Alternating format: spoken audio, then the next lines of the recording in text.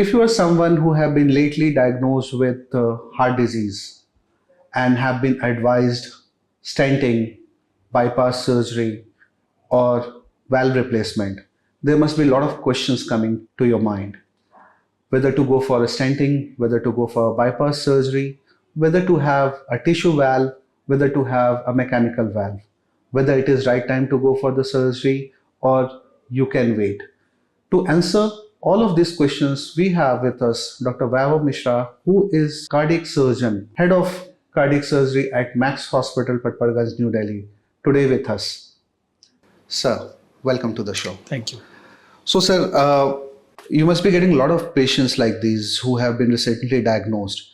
Now, they must be thinking whether to go for stenting or bypass.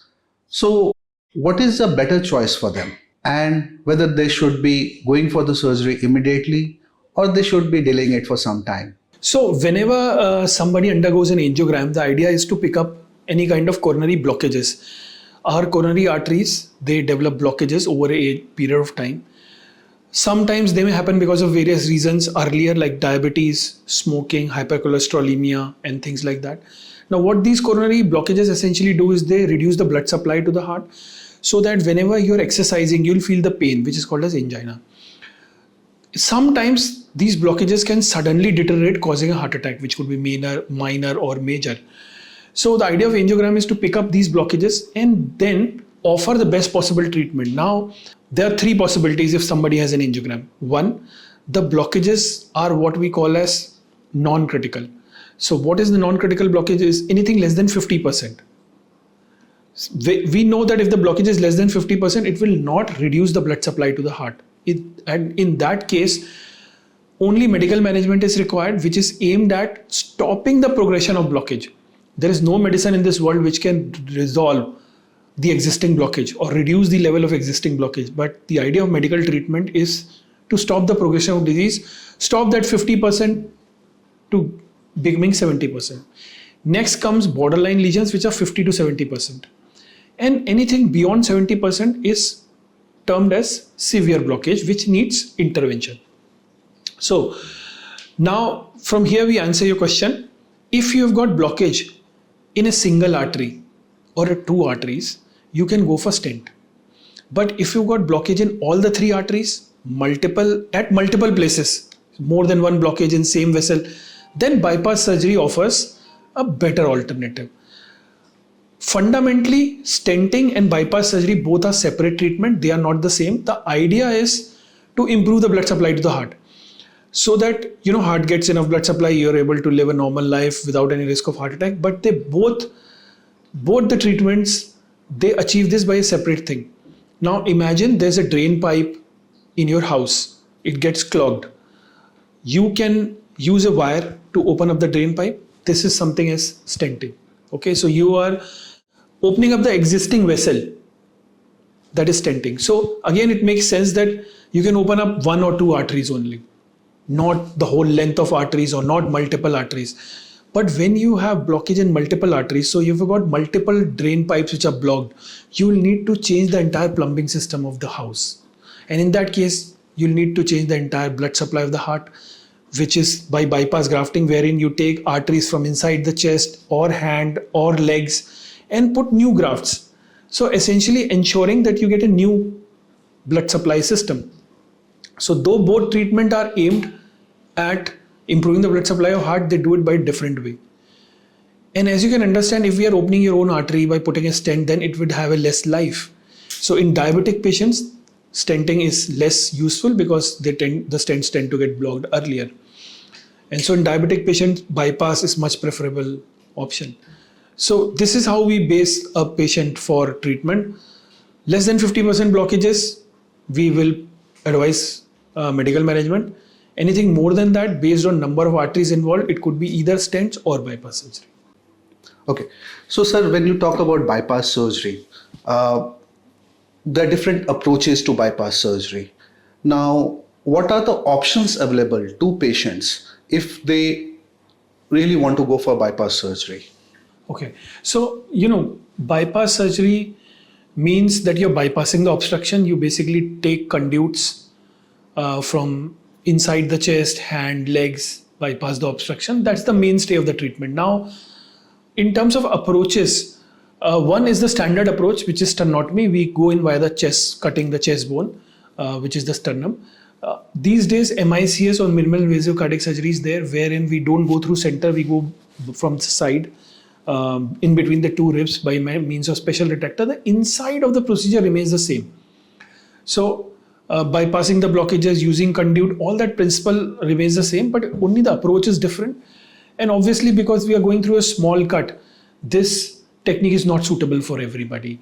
There are certain criterias. The heart function has to be good, the lung function has to be good, the target vessels should not be badly diseased.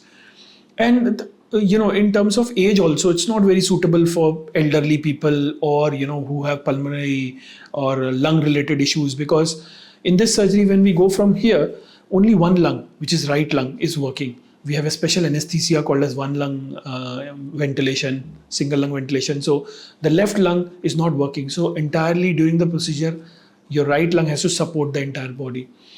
In that case, people with advanced COPD will not be a candidate for that. Somebody with poor heart function will not be a candidate for that, because the margin of error is very less with this small cut. So if something goes wrong, we will not be able to salvage. So carefully chosen, these patients can be done with minimal invasive approach.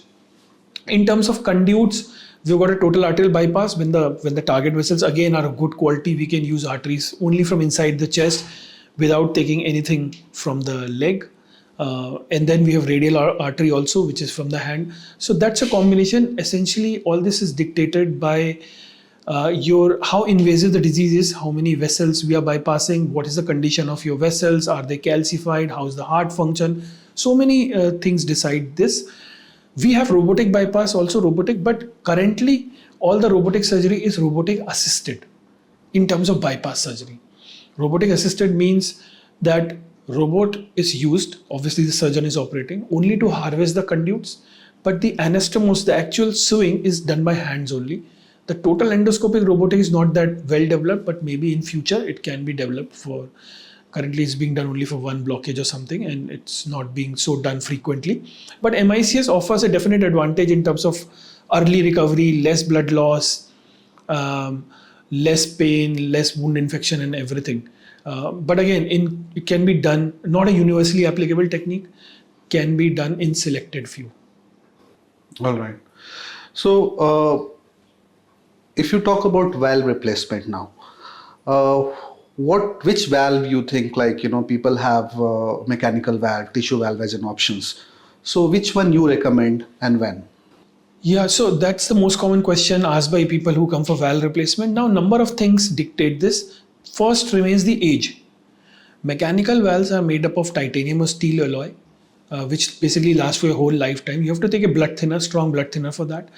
So usually they are recommended for younger people, 30s, 40s, 50s. 65 is the cut-off age generally, where after the age of 65 we say let's use tissue valve, because tissue valves are made up of bovine or horse's pericardium or pig's heart, and they have a limited lifespan of about 10-15 years. So when implanted in somebody 70, 65, they will still work for 10-15 years. But if implanted in earlier, when the heart is very vigorous and active, these valves will degenerate faster. So 65 years is the guideline. But again, based on social circumstances, things may change. For example, there are many people who come from far off Pacific Islands. When I was in Australia, they would not be able to take the blood thinners, undergo repeated testing and all those things. So in them, the age of 65 was lowered to 60 or 58. But yes, you wouldn't put it in somebody who's 40, 45 years. Essentially, the first criteria remains the age, which decides which valve we put in. Social circumstances can guide us to put tissue valves. Again, one indication for tissue valve in young is a young female. For example, if a young female who is newly married or unmarried and wants to complete the family, then mechanical valve is not a good option, because the blood thinner will cause very difficult pregnancy. It's not impossible to get pregnant, but it will be a difficult pregnancy requiring lots of monitoring, and there is a lot of early pregnancy loss because of medication. So in them we implant tissue valve, which gives them 10 years to complete the family, raise their kids, and then they will need a subsequent valve replacement. All right. So you spoke about heart bypass surgery, and in that you spoke about few of the tech approaches to surgeries like MICS or robotic. So when we are talking about this valve replacement, what are the options? So yes, now age determines and other socio-economic factors determine, but if anyone has to go for a technical approach, surgical approach, if he has to opt for, what are the options? So again, in valve replacement also we can do the minimal invasive surgery, which is done by a small cut. So there was a lady from Pacific Islands, Vanuatu or Solomon. We did a very MVR, mitral valve replacement by a very small cut. And she, I saw the pictures on net, she was running and swimming within a month's time. Again, whether we can do MICS or not will depend on what stage you have presented in. Somebody with advanced valve disease, where the heart chambers are enlarged too much, the heart function has gone down, you require multiple valves, 2-3 valves, or redo surgeries or other risk factors, would obviously negate a minimal invasive approach. For any kind of minimal invasive surgery, the heart function, lung function, other things have to be good, and it has to be pretty much, if not early, then not an advanced disease with heart failure or other symptoms which will make the surgery risky. So MICS option is there, but as I said, MICS is not a universally applicable technique. It is chosen carefully for patients in which it would give the best results. And those patients are younger patients with early disease, somebody with advanced disease. For example, we had a lady recently, she came, she required at least 10 days of optimization in hospital. She came in heart failure.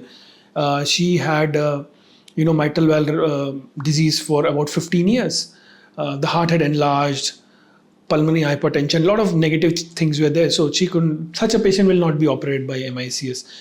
Similarly, there was another lady which had a redo. She came for second time surgery. That also is a very challenging thing to do by MICS. So in general, we can always counsel patients for this, but ultimately when they come here, based on their echo, X-ray, and so many other things, we can perfectly see which patient will do best with this. If there are other factors which may impede the recovery or make the procedure risky, then it is better to go by a standard approach, which is very safe. And I would like to emphasize that even the standard surgery is very safe these days. The results of any kind of heart surgery, whether it is bypass, valve or anything, have improved a lot in last 15 years. Any complication rate is 1% or less. The recovery is very quick. It's 5 days. Often we are able to do bloodless surgeries. There's no pain, modern analgesia and pain control methods and everything, with the newer anesthesia, analgesia and surgical techniques. Everything is improved so much that even with the conventional surgery, the results are excellent. Sir, what are the options for people who do not want blood transfusion during or after the surgery? So there are, we have operated such patients, Jehovah's Witness, who don't require blood transfusion. Now, there are subset of these patients which accept blood products, not blood, but they can have other kind of blood related products. And then there are some who don't require anything related to blood. There are options, we have a technique called as autologous blood transfusion, where if the hemoglobin is good, then in a blood bag, we take patient's own blood before surgery. That's after anesthesia. We use the jugular vein to drain 2 units of blood. And that blood is given back to the patient after the surgery. That's autologous blood. So that is one thing. The other thing is we have a device called a cell saver. Now, what cell saver does is that whatever blood is being lost in the field, it captures that blood, washes it, and it collects at the end of the procedure. And at the end of the procedure, it is transfused back to the patient. So these two techniques are commonly used, wherein we can restrict the blood loss. There are a few other simple things, like if the patient is on blood thinner, we need to stop it and things like that, and do a really careful surgery. But yeah, with these two procedures, I think the chance of blood transfusion is really low. What are the options for patients with heart failure? Okay, so again, that's a very good question. Now, heart failure is a very big spectrum. You can be in very early stage where the medications will do everything, or you can be at advanced stage where transplant is the only option. It depends on what stage you are. Now, these days, lot of innovations have been done in both, in medical management also as well as surgical management also. So we have newer drugs which improve the heart function. We have, you know, drugs which improve the heart function at an early stage. So when commenced, you will not, the heart function will stop from worsening, but they have to be commenced at an early stage. So newer drugs have come in.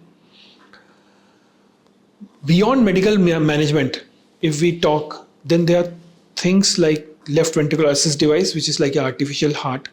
The device is costly. It is implanted inside, and by a battery charger it is connected. So the patient can go on to live his normal life. For these devices will give you 5, 6, 7 years, but ultimately they are a bridge to transplant, that sooner or later you will require a transplant. Okay, but in case you're not getting a heart, and it's not easy to find a heart, so you will still have an LVAD, left ventricular assist device, which will save you till you get a heart. Heart transplant, obviously, for a young patient. Now there are many, not everybody is a candidate for heart transplant. We have to do a huge subset of investigations to find out if you're right candidate. But in generally, if I tell you, anybody over the age of 60 is not a candidate because of various reasons, the healing power of the body and so many things. So younger patients are more candidate for transplants. They will do well because again, the heart also has its own life, the transplanted heart. And with all the medications which are given as a part of immune suppression, elderly patients will not be able to tolerate it. So many other reasons. So younger patients do well with transplants. For older patients, medical management remains the thing. LVAD comes in between. There are few other things. If nothing can be done, then there is cardiac resynchronization therapy, which comes in form of placement of certain electrodes or leads in the heart.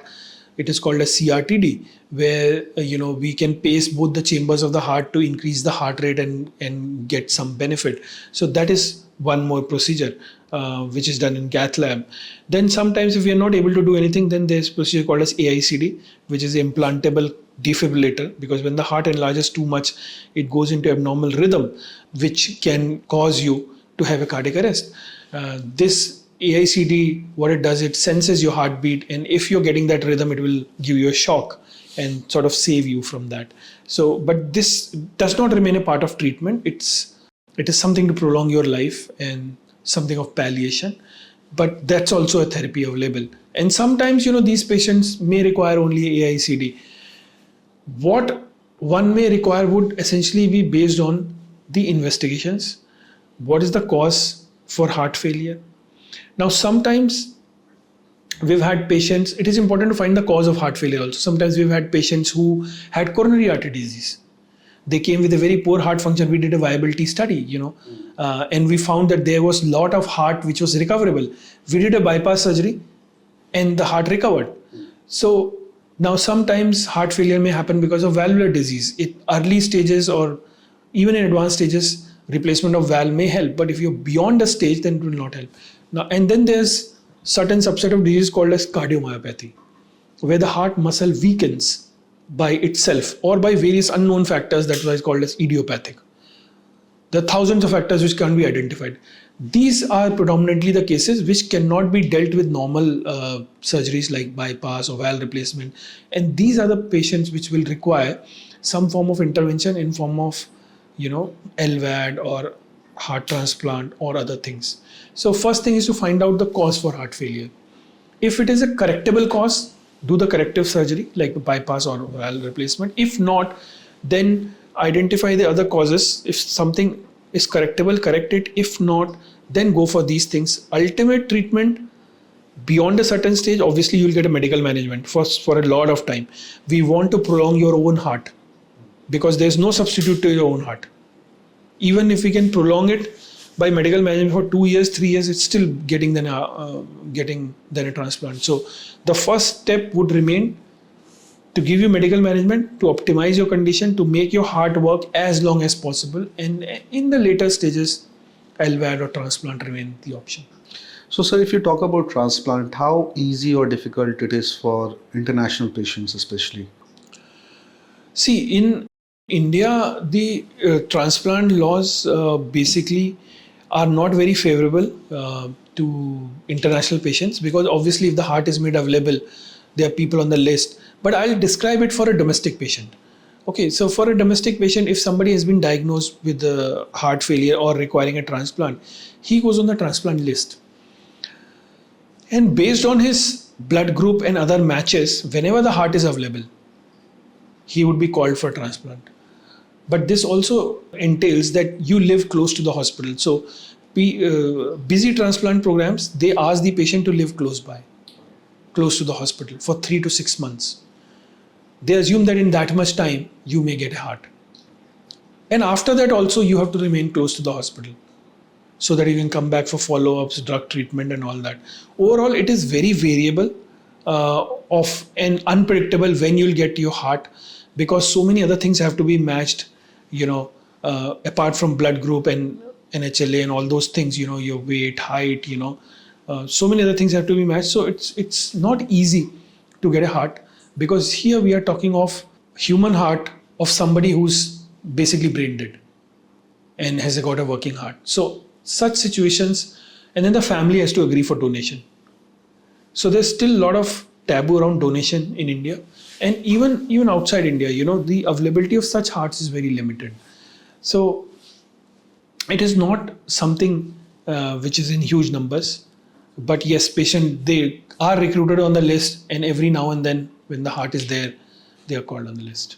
So, cardiac surgery has evolved quite a lot.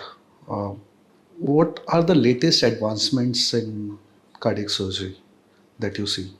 Okay, so the advancements have been in everything, not just surgery. Right from diagnostic methods. Let's talk about diagnostic methods.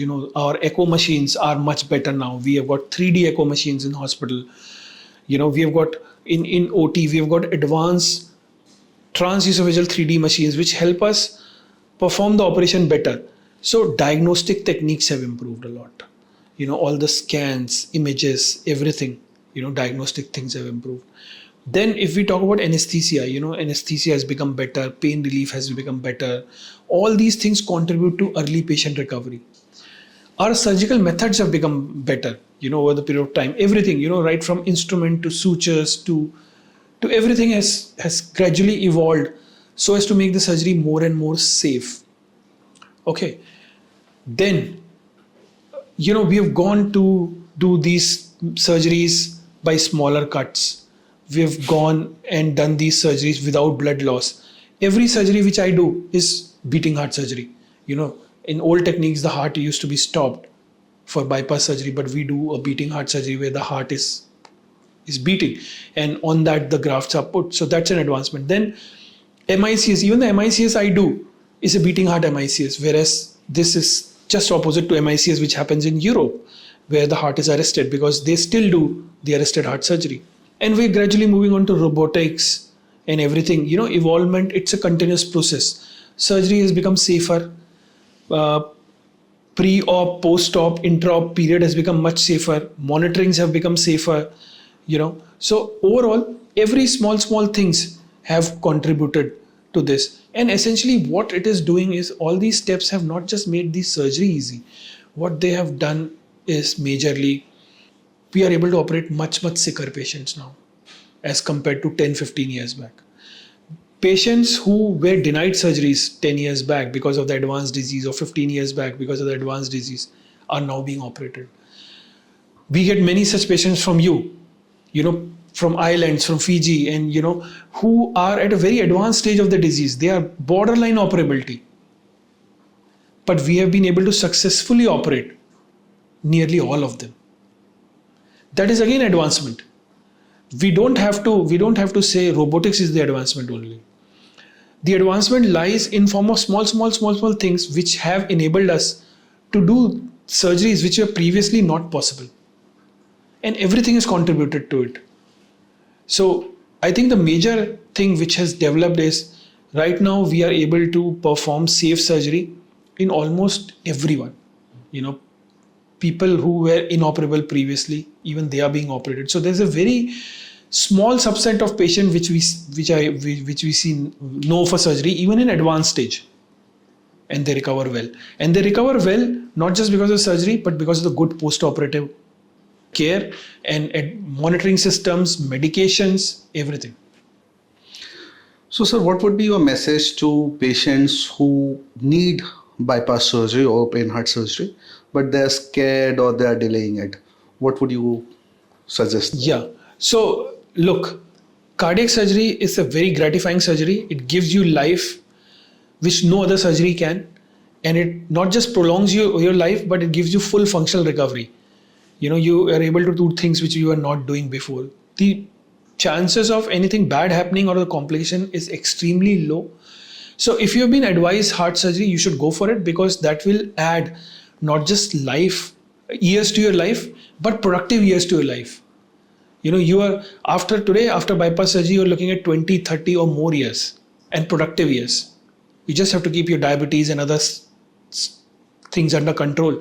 And the grafts these days don't get blocked. We have valves which will last for your whole life.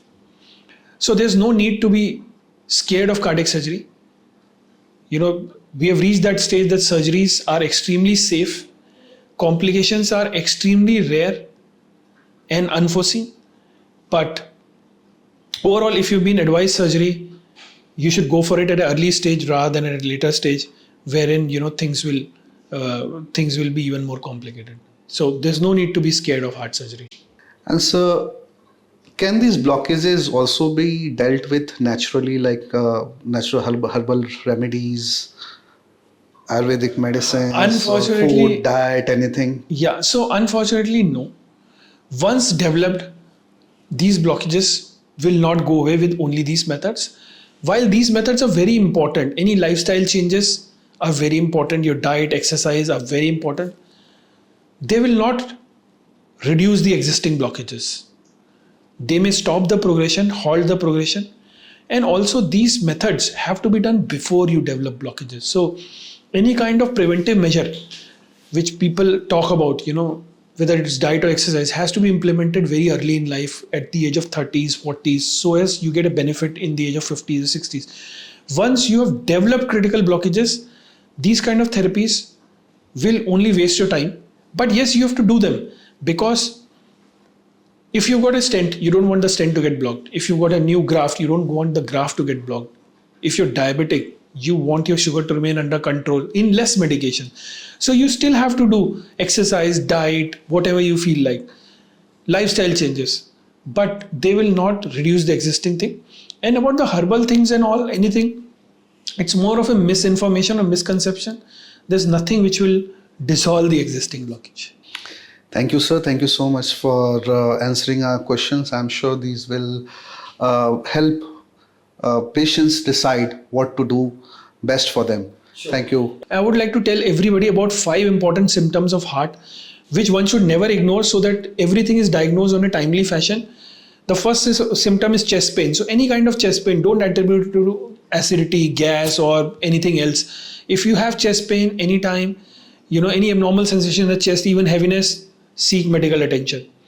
Next is breathlessness. Anytime you're short of breath, more than usual proportions, you should seek medical attention, because it's an important sign of cardiac disease. Third is palpitation or racing heartbeat. If you ever get racing heartbeat while sitting, then it is abnormal. Syncopal episodes or fainting out, this is a sign of neurological thing, but can happen in a lot of cardiac diseases. And fourth is, fatigue, unexplained fatigue. There are a few other signs like swelling in the feet, tiredness, veins in the neck. If you or anybody in your family has any of this, then you should not ignore. Seek help from your doctor who specializes in cardiac thing. And obviously, once diagnosed anything, do not delay the treatment. Remember, timely treatment can add so many years to your life. Thank you. Thank you so much. Thank you.